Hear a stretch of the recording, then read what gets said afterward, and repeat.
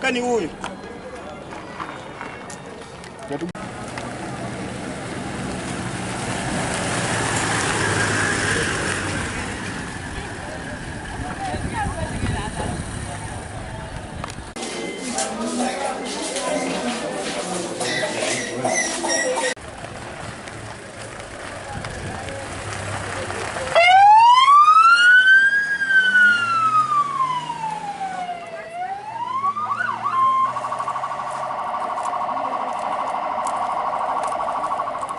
nga muganda wange bamweta Richard yakutuka ebigere batwala ne pichipichi n'ebintu byona byona okujja okujjayo ku revenue batukoba mbu tusooke tusala omusolo biki ate nga bamala osala omusolo ne pichipichi bagitwala kale abalezinu batutamye beire ku amaina ndi tebakigenyi Fred okuva ku Luhoni kubanga abaire ali kujja kwesuubiza kwebisaawo ng'omwana w'obuwala aye olwa accident engeri gye babaye bali bagoba yafuna accident nga yize maama we mufuna okunolwa nsaba okuyambibwa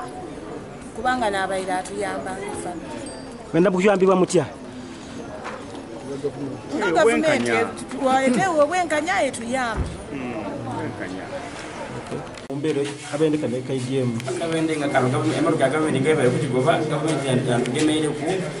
mu butondolo bwesobwire bwenasobola okutugemera kubanga emaruka gavumenti nebere kugoba abana abere batyemotoka muno abandi lusi babere bazira magendo batyememu nga abasabaze bitaba magendo nabalese ebibaba kugoba emotoka eyo emotoka yatunisa abana akabere lokutya olokubanga alikutya eyareveni inuma nokusala emotoka eno yafuna akabere saba gavumenti etugemereku ebagemereku mu ngeri ki etya at least eweeko akatono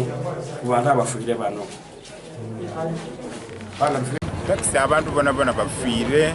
abaana mubere mu mwana w'emyezi 5 muwala w'emyaka 12 so takisi yona yawaawo bantu 10 bafiirawo bantu basatu babalumisa mu idwaliro ery'ebugiri nga kiwala itaka era emirambo polisi ey'ebugiri emaze yagino nayo yagitwala mu iggwanika kaikulu ery'ebugiri so kati tukubiriza abadriva munakuti batavugisa ino kimama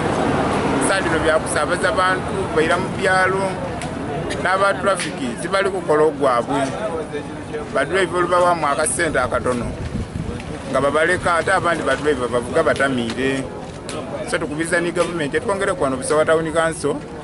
buhampusi kube speed nene ino wano mu Busawa Town Council buhampusi babatuwa bwawaawo bwona embere nebairewo kwa abandi tubaire mu buliri era tubirukirire kutukanga tukubona abantu balisikayo mirambo ayenga kabende kabitirire ate munaku bino binena kumbi aba driver ba taxi n'abalina okukozesa obwongo bwabwe bategeera nti balivuga abantu era balina okutukoba mbu mutereire aye nga ibo tibatereire oba olivuga omuntu niwe olina osooka okola ki okutereera emala okole ki okusobola ekyotereire aye bazira kontrol ku luguudo kuno omuntu ajja yaweta takisi omana oti ali kuki ali ku booda ajja yaba munayina muna abantu oti 10 aye yeeyo n'ajja atiika olw'omulala yaitise n'abantu oti 10 ba taxi bakendezenga ku nani speed omuntu wategeera ng'obeeza abantu babitirivu ayo oli kwongera ku muliro ekiviirire oba toli kuwulira kiba kibiino driver bakendezenga ku speed bene ebyanga amaina tusubule kuwira mayige Subulani Fred zika tuli kusaba revenue neddala revenue guno omulanga tugutuusa eri revenue ya Uganda eide tugemereku mu kuziika baganda baife mu kubawerekera olumbe tulutambuze bulungi mutuwerekere bulungi kye tuli kubasabanga gavumenti buvunaanyizibwa bwaimwe okutuusa revenue ebenti ide tuyambaku tuwerekera banaife mu bulungi ne bamulekwa baife bona tuza ingeri tunabasomesa kwa kati abazeere bafiire ife bene tuli banaku tuli baavu nga bwe mutubona so tuli kubasaba obuyambi mutuyambire irala muyambe ni Uganda yona mugazi yengudo n'amalwaliro tusaba mugatemu ebyuma ebikola kuba eriyo bana ife bateye mu emergency okuva ebujiri wano ayi tutuyidi banatuuka emulago amaya ndowooza banta muli omulenge kyendika okabenje kano nga ife abebusowa kuba nze ntuukirewo nabona emirambo egyabakuluti emirambo 10 n'akaana akato ak'emyezi 3 kabekaana kalala nga revenue ebeere kubinga taxi kati wa taxi abene abe ku mukambironi ngava wajawa ngava tololo aja Kampala olwokwenda okubisa emotoka atulo simenti nokwekona ku jumulibona yagwawo saku ampusi bobo ampusi bwatuwa utono saku onoza ampusi saku ampusi nene abe busaba tu ampusi atana na revenue bakendeze ku kuba naye kubinga taxi mweri mu magendo aya magendo mugabo ineko mweri mu ngano n'obushere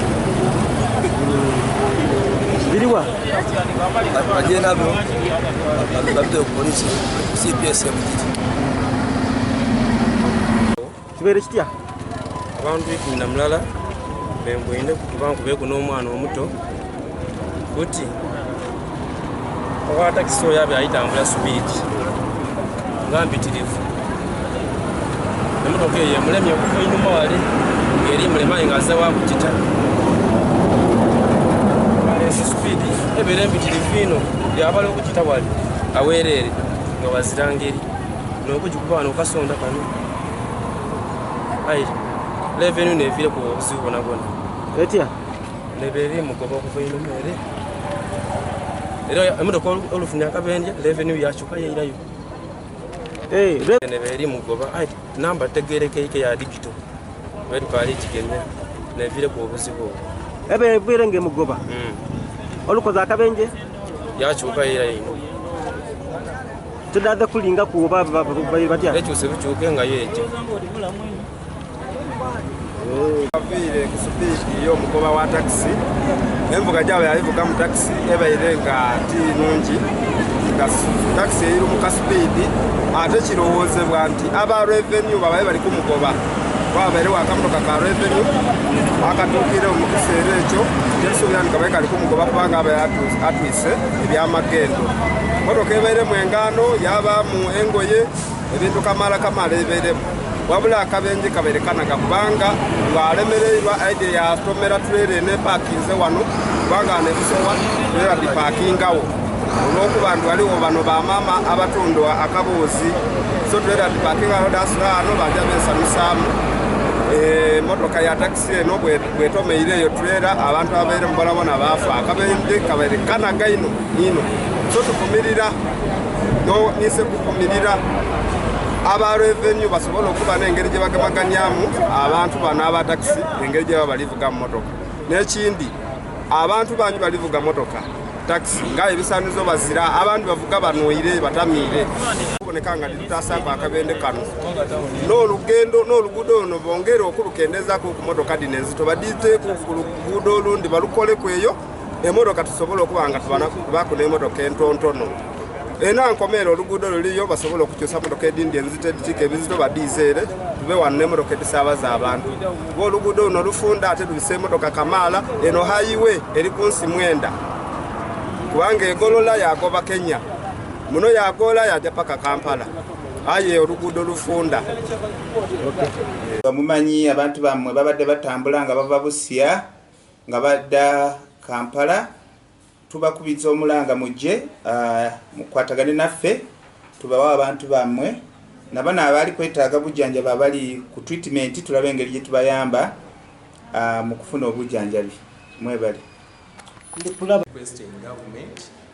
this is somebody who has a family, he has a wife and children. Now he has died in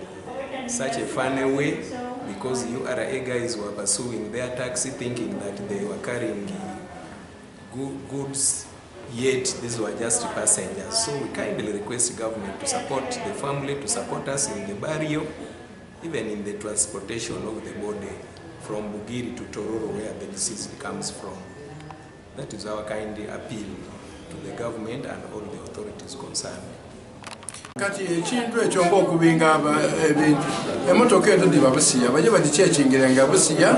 dijja okutambula baleke kubinganga abantu kuba tulifiirwa abantu bangi mu mbeera eri etyo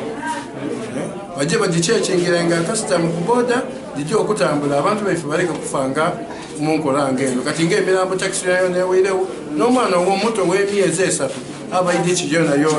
afiire okutuuka awo gavumenti eidde eziika emirambo ezo. Okusinza n'emmotoka ya gavumenti ebeereddwa abamotoka ezo abasabaze eyagira emmotoka eno ekola akabenje tusaba gavumenti egemereku okuziika omugenzi wayo.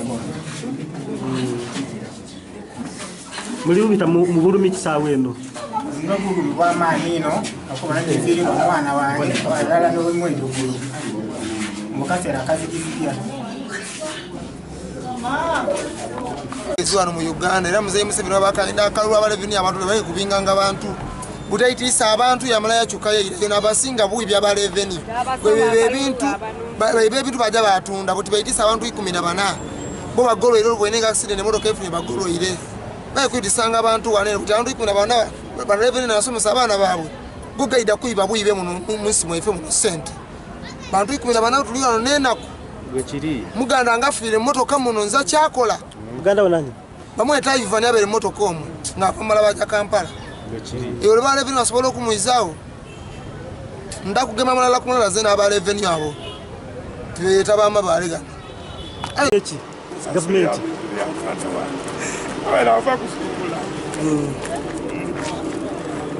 kati mbaire ndogereko naye singa